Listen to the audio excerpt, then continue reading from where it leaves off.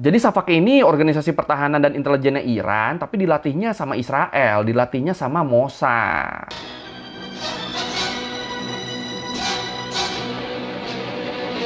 Dan buat pembangunannya akhirnya Iran sama Israel mereka tuh mutusin buat patungan 50-50. Kemarin kan kita udah ngebahas konflik yang lagi panas di Timur Tengah ya, antara Iran sama Israel. Ya gue yakin udah pada tahu lah beritanya, termasuk update-update terbarunya. Makanya buat sekarang gue nggak mau ngasih update dulu nih. Gue mau mundur lumayan lama. Mundur ke masa dimana Iran sama Israel mereka tuh bestian. Iya, lu nggak salah denger. Sebelum sering ribut kayak sekarang, ternyata dulu hubungan Iran sama Israel tuh bisa dibilang deket banget. Sohib nih mereka nih. Bahkan waktu dulu Israel perang dan dimusuhin sama negara-negara Arab, Iran tuh jadi salah satu negara yang berdiri di sisinya Israel loh. Jadi sekutunya Israel. Wah, kok bisa ya? Tapi emang sedekat apa sih hubungan Iran sama Israel dulu? Terus kok bisa hubungan mereka berdua berubah drastis gini? Ya udah kalau gitu, ayo langsung kita bahas naik turunnya hubungan Iran sama Israel. Dari yang dulunya kawan, sekarang jadi lawan. Di Learning by Googling.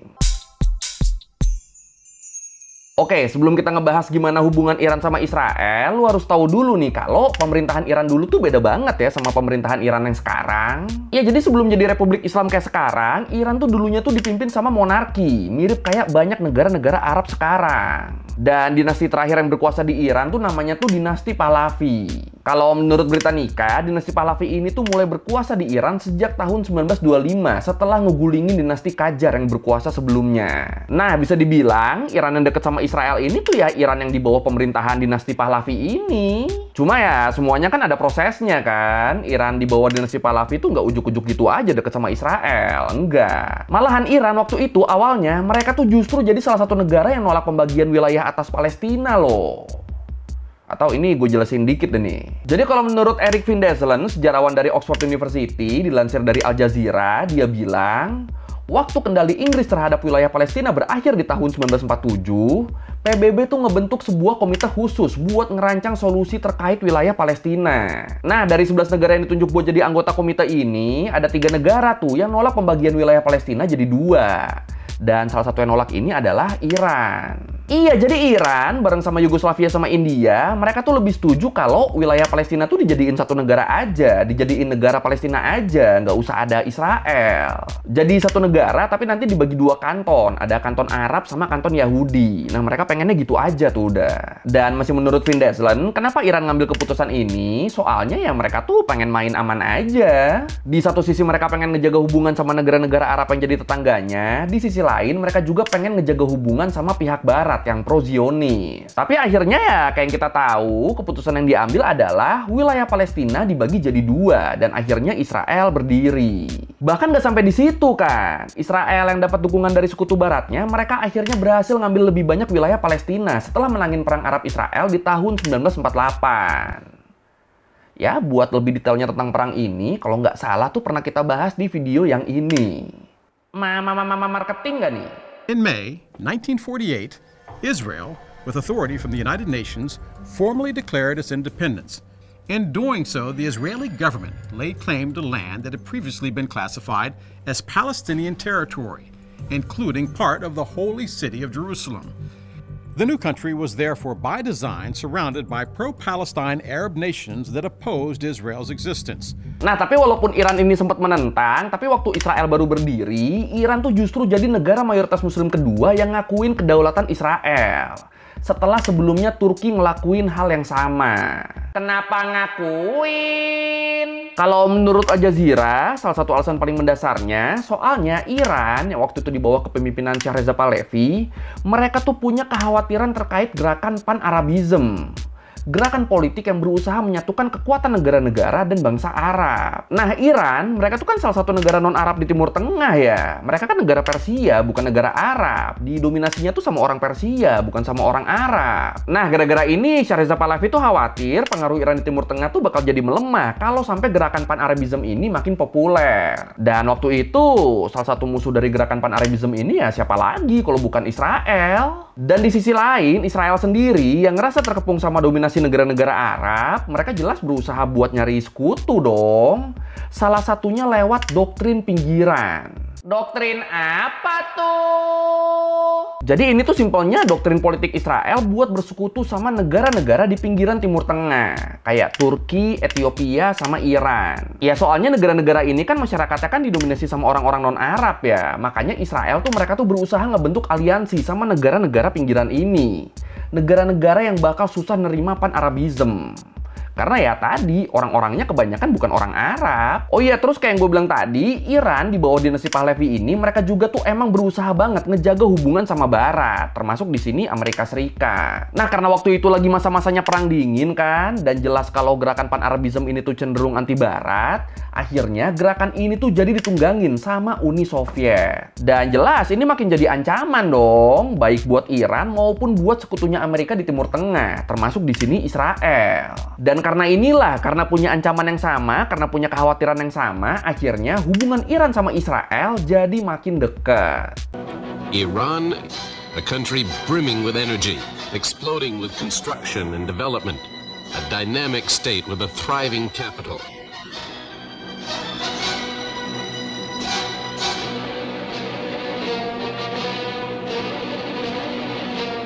Nah, tapi sebenarnya kedekatan Iran sama Israel tuh sempat rusak loh waktu Muhammad Mossadegh kepilih jadi Perdana Menteri Iran. Ya, buat yang mungkin belum tahu, jadi Mossadegh ini beliau tuh adalah salah satu tokoh nasional Iran yang anti banget sama Barat. Salah satu kebijakan dia yang paling terkenal waktu itu adalah menasionalisasi kilang-kilang minyak Iran yang dikuasain sama Inggris. Jadi ya, dari kebijakan ini aja kan kelihatan ya gimana anti Baratnya dia ya. Dan Mossadegh ini, dia tuh melihat Israel tuh penghalang karena kedekatan Israel sama Barat. Ditambah di dalam Irannya sendiri kan sebenarnya kan banyak tuh ya orang-orang yang kontra sama keputusan Shah Reza Pahlavi buat bersekutu sama Israel. Jadinya ya udah, hubungan Iran-Israel tuh waktu itu jadi memburuk tuh. Cuma kondisi ini nggak bertahan lama. Soalnya di tahun 1953, 2 tahun setelah Mossadegh ngejabat, pemerintahan dia tuh berhasil dikudeta. Dan kayak yang bisa ditebak, kudeta ini dibackingin sama Badan Intelijen Inggris dan Amerika. Nah, lagi-lagi ya, selalu mereka ya. Ada, Amrik. Dan ya udah, dari situ kekuasaan Shah Reza Pahlavi balik lagi dan Iran jadi akur lagi sama Barat dan Israel. Bahkan setelah lengsernya Mossadegh ini bisa dibilang hubungan Iran sama Israel tuh jadi makin intens loh, jadi makin mesra, jadi makin bestie. Misalnya contoh dalam hal diplomasi deh. Tadi kan gue udah bilang ya kalau Iran di bawah pemerintahan Shah Reza Pahlavi mereka tuh ngakuin kedaulatan Israel kan. Nah, tapi yang harus kita tahu, pengakuan ini tuh sebenarnya terbatas. Soalnya Iran waktu itu tuh cuma ngakuin kedaulatan Israel secara de facto. Buat secara de jure-nya, Iran nggak pernah tuh ngakuin kedaulatan Israel. Tapi walaupun nggak ngakuin secara de jure, walaupun nggak ngakuin secara resmi, tapi Israel sempet tuh punya semacam kantor kedubes gitu di Tehran. Sama mereka juga aktif bertukar diplomat, walaupun jarang diekspos sama media. Jadi ya dari sini bisa dipastikan Iran tuh emang salah satu negara Timur Tengah yang punya hubungan diplomatik yang baik banget sama Israel waktu itu. Bestie banget tuh pokoknya tuh waktu itu. Unlike other Muslim leaders, he saw no problem with taking help from Israel. Their partnership established trade, strategic, and economic interests. Iran supplied oil, and Israel supplied weapons, as well as knowledge in business, agriculture, and infrastructure. Terus selain di bidang diplomasi, hubungan Iran sama Israel juga tuh terjalin di bidang militer dan intelijen. Salah satu yang paling terkenal tuh adalah SAVAK, organisasi pertahanan dan intelijen di bawah wewenang Shah yang dikenal kejam terhadap lawan politiknya Shah. Dengan para anggota SAVAK ini, mereka tuh dapat pelatihan langsung dari agen-agen Mossad. Jadi SAVAK ini organisasi pertahanan dan intelijennya Iran, tapi dilatihnya sama Israel, dilatihnya sama Mossad. Bestie banget kan tuh. Terus intel Iran sama Israel juga, mereka tuh waktu itu tuh sering banget tukeran informasi intelijen, khususnya terkait perkembangan negara-negara Arab di Timur Tengah dan organisasi-organisasi yang menurut mereka berdua radikal dan mengancam mereka. Sama militer Iran dan Israel juga tuh mereka tuh sering banget ngadain pelatihan bareng, jual beli senjata. Ya pokoknya sohib banget lah militer dan intel mereka berdua waktu itu. Dan salah satu bentuk kerjasama Iran-Israel yang paling krusial saat itu adalah pembangunan jalur pipa minyak Eilat Ashkelon. Jadi ini tuh jalur pendistribusian minyak gitu, dari Iran ke Mediterania sampai Eropa lewat Israel. Dan karena waktu itu negara-negara Arab tuh masih punya sentimen negatif ke negara-negara Barat, jadinya ya pasokan minyak dari Iran ini bener-bener jadi penopang minyak ke Eropa waktu itu. Sama juga waktu itu kan pendistribusian minyak tuh kan masih harus ngelewatin terusan Suez ya. Nah terusan Suez ini kan dikontrolnya kan sama Mesir yang waktu itu anti barat. Jadi ya resiko ngirim minyak lewat terusan Suez ke negara-negara barat itu jadi makin tinggi dong. Nah karena itulah negara-negara barat, khususnya negara-negara Eropa, mereka tuh jadi ngandelin saluran pipa Iran Israel tadi buat distribusi minyak mereka. Dan buat pembangunannya akhirnya Iran sama Israel mereka tuh mutusin buat patungan 50-50. Buat ngebangun jalur pipa minyak dari Eilat yang ada di ujung selatan Israel sampai ke Ashkelon yang ada di Mediterania. Jadinya proses distribusinya tuh Iran tinggal ngirim minyak pakai kapal lewat Selat Hormuz, terus muterin semenanjung Arab, dan di Eilat minyak dari Iran ini bakal langsung dipompa dan didistribusikan lewat jalur darat Israel. Beneran mesra abis ya. One reason the pipeline company's affairs may be a state secret, though we don't know, is that it was set up in the 1960s as a joint venture between Israel and its archenemy, Iran. The company was founded as a way for Iran's royalist regime, which was friendly with Israel at the time, to export oil without using the Suez Canal. Tapi setelah berlangsung kurang lebih 30-an tahun, hubungan baik Iran sama Israel tuh seketika hancur waktu terjadi revolusi Islam Iran di tahun 1979. Revolusi yang ngebikin pemerintahan Shah Reza Pahlavi berakhir dan diganti pemerintahan Republik Islam Iran di bawah kepemimpinan Ayatollah Ruhollah Khomeini. Nah, Khomeini yang punya pandangan dan ideologi anti-Amerika dan anti-Israel, dia jelas langsung nutup semua hubungan dan kerjasama bareng Israel dong. Jadi kalau Shah yang dulu ngelihat Israel dan Barat adalah sekutu strategis di bawah Khomeini, Iran tuh ngelihat Israel tuh kayak apa ya? Ya kayak setan kecil lah. Setan besarnya kan Amerika kan. Jadi bener-bener image Israel di mata Iran tuh langsung berubah seketika tuh. Terus bangunan kedutaan Israel di Teheran tadi, setelah Khomeini ngambil alih gedungnya dan ngusir semua diplomat Israel, gedung itu langsung dialihfungsikan jadi bangunan kedutaan buat organisasi pembebasan Palestina. Yang waktu itu dipimpin sama Yasser Arafat. Dan semua keputusan ini diambil soalnya pemerintahan Iran yang baru ini, mereka tuh jadi mendukung kemerdekaan Palestina sepenuhnya dari penjajahan Israel. Makanya kemudian Iran mulai tuh kan ngedanain kelompok-kelompok paramiliter yang aktif melawan Israel. Kayak Hamas di Palestina sama Hizbullah di Lebanon. Langsung berubah gitu ya hubungannya ya. Oh iya, lu inget si jalur pipa tadi kan yang dibangun 50-50 antara Iran sama Israel? Nah, waktu sikap Iran berubah setelah ganti penguasa, perusahaan pipa minyak Eilat Ashkelon tuh itu langsung diambil alih sepenuhnya sama Israel. Ya emang sih jalur pipanya kan dibangunnya kan di wilayah Israel ya. Tapi kan tetap modalnya modal bersama, modalnya modal berdua, duit berdua lo itu loh. Jadi ya harusnya kalau diambil alih sama Israel, kalau dinasionalisasi sama Israel, ya harusnya pihak Israel ngebayar ganti rugi ke Iran dong. Harusnya pihak Israel ngebeli sahamnya Iran dong. Harusnya kan gitu ya. Tapi yang kocak di sini Israel tuh nolak loh buat bayar ganti rugi ke Iran. Israel nolak buat ngebeli 50% bagiannya Iran. Bahkan di tahun 2015, waktu Israel diminta buat bayar ganti rugi sebesar 1,1 miliar US dollar ke Iran sama pengadilan Swiss, itu Israel nolak permintaan ini loh, dengan dalih hal ini dilarang di Undang-Undang Perdagangan dengan musuh negara mereka. Ini ngeselin banget ya. Ya gimana nggak ngeselin? Bangunnya berdua loh, giliran udah putus hubungan disuruh balikin modal nggak mau, malah dinikmatin sendiri. In 1979, a revolution topples Iranian ruler Shah Mohammad Reza Pahlavi, and with that, a monarchy of more than 2,500 years. Ich habe zunächst nicht an einem Umbruch. Cuma nih, walaupun hubungan Iran sama Israel tuh jadi memburuk dan berubah drastis setelah revolusi tahun 1979, tapi kalau menurut New Line Magazine, Iran tuh ternyata sempat loh ngejalin hubungan diem-diem sama Israel. Waktu terjadi perang Irak-Israel di tahun 1980 sampai 1988. Wah. Jadi gini, bisa dibilang di periode awal perang Irak-Iran, pihak Iran tuh dibikin kerepotan. Soalnya waktu itu Irak tuh dapat dukungan persenjataan dan keuangan dari banyak pihak kan, termasuk dua kekuatan utama dunia saat itu, Amerika Serikat sama Uni Soviet. Belum lagi revolusi Islam Iran yang dimotori sama kelompok Syiah tuh kan nimbulin kekhawatiran di negara-negara Arab ya, yang mayoritas penduduknya adalah Sunni. Dan fakta bahwa revolusi Islam Iran ini tuh berhasil menggulingkan monarki, ini juga ngebikin banyak penguasa Arab jadi khawatir.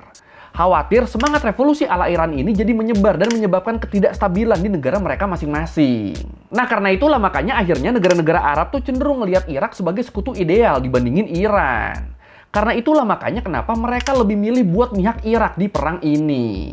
Nah, di saat kondisi terdesak kayak gini, Iran akhirnya mereka tuh sedikit mengesampingkan idealismenya dan ngejalin hubungan lagi sama Israel. Tapi ya, itu pun lingkupnya terbatas ya, cuma dalam lingkup pembelian persenjataan dan perlengkapan perang doang. Dan itu pun semua transaksinya tuh itu dilakuin lewat pihak ketiga. Jadi nggak secara langsung Iran beli senjata dari Israel tuh, enggak. Dan ini selain nguntungin buat Iran, ternyata keputusan ini juga tuh nguntungin Israel loh. Kalau di sisi Iran jelas mereka jadi dapat senjata kan. Nah, kalau di sisi Israel, ini tuh jadi kayak semacam ajang nontonin dua musuh mereka saling berantem gitu. Iya, jadi selain Iran di bawah pemerintahan revolusi Islam, Irak juga yang waktu itu dipimpin sama Saddam Hussein, mereka juga tuh kan sering banget ya ngeluarin statement-statement permusuhan ke Israel dan dukungan ke Palestina. Jadi ya sayangnya di perang Irak-Iran ini bisa dibilang salah satu yang paling diuntungkan di sini ya Israel.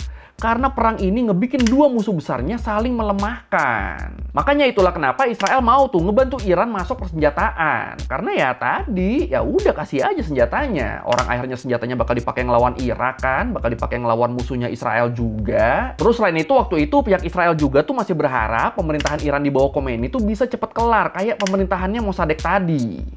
Biar nantinya pemerintahan Iran bisa dipegang sama orang-orang yang lebih pro Israel lagi. Jadi ya gitu tuh bulus-bulusnya Israel tuh. Tapi ya endingnya kayak yang kita tahu sekarang, setelah perang Irak-Iran berakhir, Republik Islam Iran tuh tetap eksis dan tetap setia ngelihat Israel sebagai musuh besar yang perlu dilawan. Sampai Palestina merdeka sepenuhnya. Tapi kalau menurut lu gimana nih? Apakah permusuhan antara Iran sama Israel ini bisa berakhir dan mereka jadi akur lagi? Atau ya dua negara ini bakal tetap musuhan selamanya?